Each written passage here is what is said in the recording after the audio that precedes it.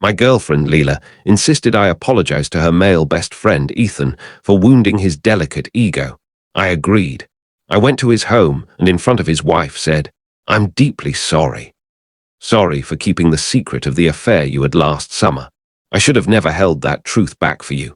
Lila's best friend, Ethan, is a larger-than-life figure in her world. Their bond is the kind of epic you'd expect in a self-congratulatory novel, where they're the only characters who matter, endlessly praising each other's brilliance.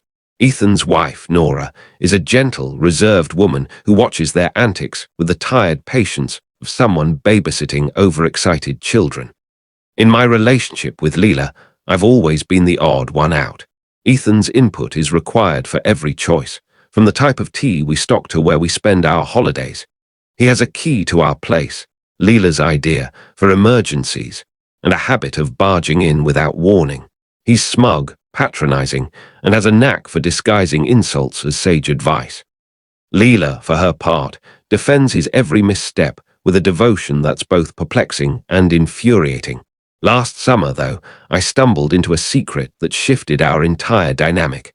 Lila had pushed me into a guy's night with Ethan, a torturous ordeal I was supposed to enjoy.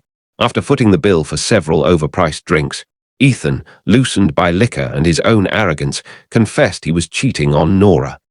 He chuckled about it, reveling in the thrill of deceit. To him, I was just Lila's unremarkable, dependable boyfriend, and nobody he could confide in without consequence. The next morning, a frantic, hungover Ethan called, pleading with me to erase his confession from memory. He swore me to secrecy, especially from Lila and Nora. I agreed. It wasn't my place to upend his life. But I'm a firm believer in keeping ammunition for the right moment. That secret wasn't a burden, it was leverage, tucked away for a day I hoped would never come. That day arrived last Tuesday. I had committed an unforgivable offense. I hurt Ethan's feelings. My crime. I'd calmly asked him to text before using his key, after he'd walked in on me half-dressed the previous day. The reaction was apocalyptic. Lila accused me of being a petty, envious boyfriend trying to ruin her most cherished friendship. Ethan played the victim with theatrical flair, claiming I'd made him feel like an outsider in his best friend's life. Last night, they staged a melodramatic intervention. Lila and Ethan, a united front of self-righteous indignation, sat me down. "You owe Ethan an apology, Jake," Lila declared, her voice sharp. "A genuine one. You made him feel unwelcome." I stared at them, the absurdity of it all almost poetic. A simple sorry wouldn't do, though. Lila demanded a spectacle. "Not here," she said. "Go to his house. Apologize in front of Nora, so she knows you respect our bond." A slow, dangerous grin spread across my face. It was the most perfectly ironic setup I'd ever been handed. She'd given me the stage, the audience, and the weapon. "All right," I said, my voice dripping with mock defeat. "I'll go to his house and apologize. It's the right thing." Lila's face lit up with victory. Ethan smirked, basking in his triumph. They thought they were about to watch me grovel. They had no idea I was about to light a fuse. Update 1 asterisk, the apology was set for Saturday evening. Lila spent 2 days prepping me, dictating exactly what I should say, a script of self-flagellation. I was to admit my jealousy, Lord Ethan's unwavering loyalty to our relationship, and vow to be more welcoming. I nodded along, memorizing my lines like an actor readying for a pivotal scene. Before we left, I made one critical move. I called Nora. "Hi, Nora, it's Jake," I said, my tone warm and earnest. "Just confirming we're good for 7 tonight. I want to clear things up with Ethan and make sure we're all one happy family." Nora, kind as always, sounded delighted. "Of course, Jake. See you then." My audience was locked in. We arrived at their house right on time. Lila was practically glowing with smug anticipation, certain she'd see me humbled. Ethan opened the door, his face a mask of benevolent forgiveness, ready to accept my submission. Nora greeted us warmly, offering drinks, unaware of the storm brewing. We gathered in their living room, the air heavy with expectation. Lila shot me a commanding look. It was showtime. I stood facing Ethan and took a deep, dramatic breath. "Ethan," I began, my voice thick with feigned remorse. I'm here because I owe you an apology. I've been selfish, and I haven't been a true friend. Lila was radiant. Ethan puffed up, soaking in the moment. You've been a constant in our lives, I continued, turning to include Nora. And I haven't always valued your bond with Lila. For that, I'm truly sorry. I stepped to the center of the room, standing by their mantel. Then I dropped to one knee. Lila let out a small gasp, thrilled at what she thought was my ultimate surrender. But I looked past Ethan, straight into Nora's kind, unsuspecting eyes. Nora, I said, my voice now clear and resolute, my real apology is to you. The worst thing I've done, the secret I've kept, was against you. Nora's smile wavered, confusion creeping in. Ethan froze, his face stiffening. Lila looked like she'd been struck. I'm so sorry, Nora, I continued, my voice raw with conviction. I'm sorry I didn't tell you about the affair Ethan had last summer with a woman from his PR firm.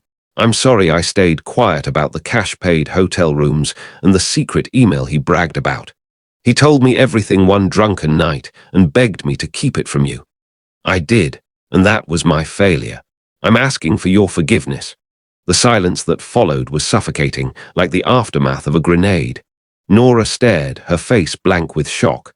Slowly, she turned to Ethan, whose pallor had turned ghostly, his eyes wide with dread. Lila shattered the quiet first. What are you doing? She screamed, leaping up. He's lying. He's making this up to hurt me. I didn't glance at her. I stayed on one knee, eyes fixed on Nora. I pulled out my phone and showed her a screenshot, the insurance I'd kept. After Ethan's panicked morning after call, I'd texted him, I won't tell anyone about your affair, but you owe me. His reply was short and damning. Thanks, man. It's over. Never mention it again. Nora read the text, saw Ethan's name, and in that moment she knew. The truth was undeniable. I stood, surveying the chaos I'd unleashed. Lila was shouting, Ethan was stammering useless denials, and Nora sat still, a single tear tracing her cheek. My apology is done, I said softly. Then I walked out, shutting the door on the wreckage. Update 2, the fallout was a multi-front battle fought through texts and voicemails. I drove home, blocked Lila and Ethan's numbers, and watched the chaos unfold from afar. First came the texts from Lila's friends, outraged and bewildered. That was cruel, Jake. Why would you lie like that? To each, I sent the same reply. The screenshot of Ethan's text, no explanation needed. The accusation stopped cold. Truth is a powerful silencer. Next came Lila's emails, a roller coaster of emotions. First, denial. You're a vicious liar, and I'll never forgive you for this fabrication. Then, anger. You've destroyed everything. Happy now, bargaining followed. If you admit you made it up, we can fix this. Then despair. How could this happen? Finally, a warped acceptance. Fine, maybe Ethan slipped up, but you didn't have to ruin his life to spite me. I didn't respond. The most significant message came from Nora 2 days later. Her email was brief but heavy. Jake, I don't know if I should thank you or resent you, but you told me the truth when my husband didn't. I found his secret credit card statements. It's all real. He's gone. I've hired a lawyer. I'm sorry for what Lila and Ethan put you through. You deserve better. That was my absolution. I hadn't just gotten even. I'd exposed a painful but necessary truth. With the moral victory secured, I turned to practical matters. Lila was still in my apartment. I had my lawyer draft an eviction notice, giving her 30 days to leave. The lease was mine alone, so she had no ground to stand on. She tried to make my life hell, blaring music at all hours, leaving snide notes. I ignored it, staying at a friend's place to avoid her tantrums. Her final act of desperation was attempting to take my TV and sound system. I caught her loading them into her car. That's not yours, Lila, I said, calm but firm. I paid for half, she snapped. No, you didn't, I replied, holding up the receipt. Put it back or I'll call the police. Defeated, she complied. The next day she was gone. My apartment was quiet, peaceful mine. Final update ***. 6 months have passed since I knelt and delivered my apology. My life is better than I ever dreamed, while Lila and Ethan's worlds have crumbled. Ethan's life is in tatters. Nora, armed with proof of his infidelity and financial deceit, took him to the cleaners in the divorce. She got the house, a hefty chunk of his assets, and custody of their cat. Ethan's now in a dingy rental, paying alimony, his social status shattered. He's no longer the charismatic king of their circle, just the cheater who got exposed. Lila's fall has been slower, but just as brutal. After leaving my apartment, she turned to Ethan for support, but he was too consumed by his own ruin to care. Their legendary friendship, built on mutual ego-stroking and disdain for me, collapsed under the weight of truth. They reportedly had an explosive fight, each blaming the other for their downfall. With no fiancé, no best friend, and no home, Lila moved back with her parents. Her attempts to paint me as the villain failed. The screenshot was ironclad proof. She's now working a dead-end job, her city dreams a fading memory. She tried to humiliate me and lost everything in the process. As for me, I'm flourishing. I changed my apartment's locks, a symbolic reclaiming of my space. The quiet has fueled my work, sparking creativity and focus I hadn't felt in years. I also reconnected with Nora. Months after the chaos, she reached out to thank me again. We met for coffee, two people bonded by betrayal. It was honest, easy. Coffee became dinner, and dinner became something more. It's early, cautious, but real, rooted in shared pain and a commitment to truth. We know what it's like to be deceived, and we won't do that to each other. Lila wanted me to grovel, to stage a public surrender.